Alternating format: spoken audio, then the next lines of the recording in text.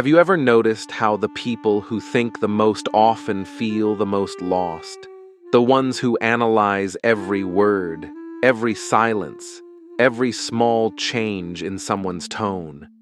It's like their brain never stops whispering. What did that mean? And beneath that whisper lies a deeper truth. Overthinking is not just worry.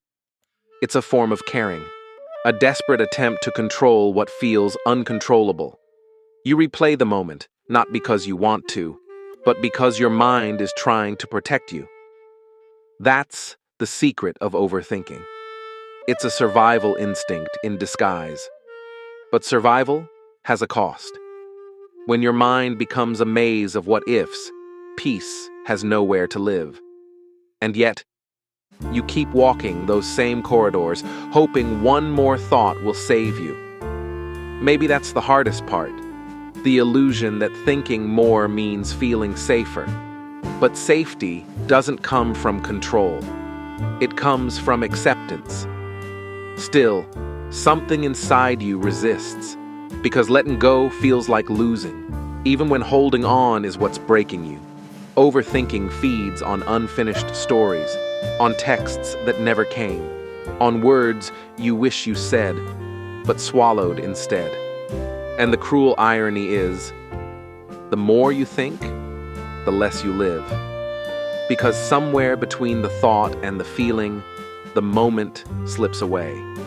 Psychologists call it cognitive rumination.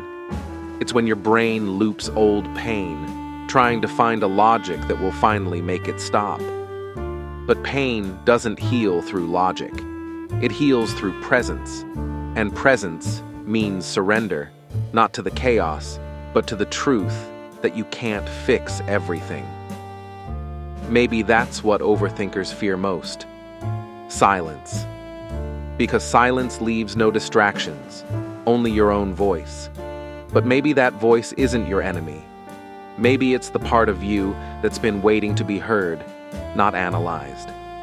When you start listening instead of judging, the noise begins to quiet. Because peace doesn't mean no thoughts. It means not believing every one of them.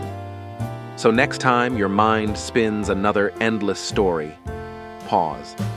Ask yourself, is this thought protecting me or punishing me?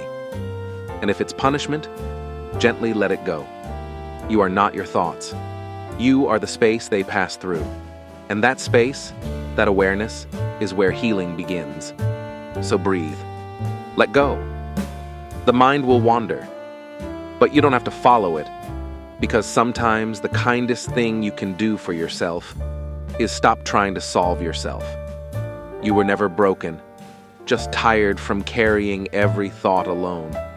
And now, it's time to rest your mind, because peace doesn't come when the mind is empty.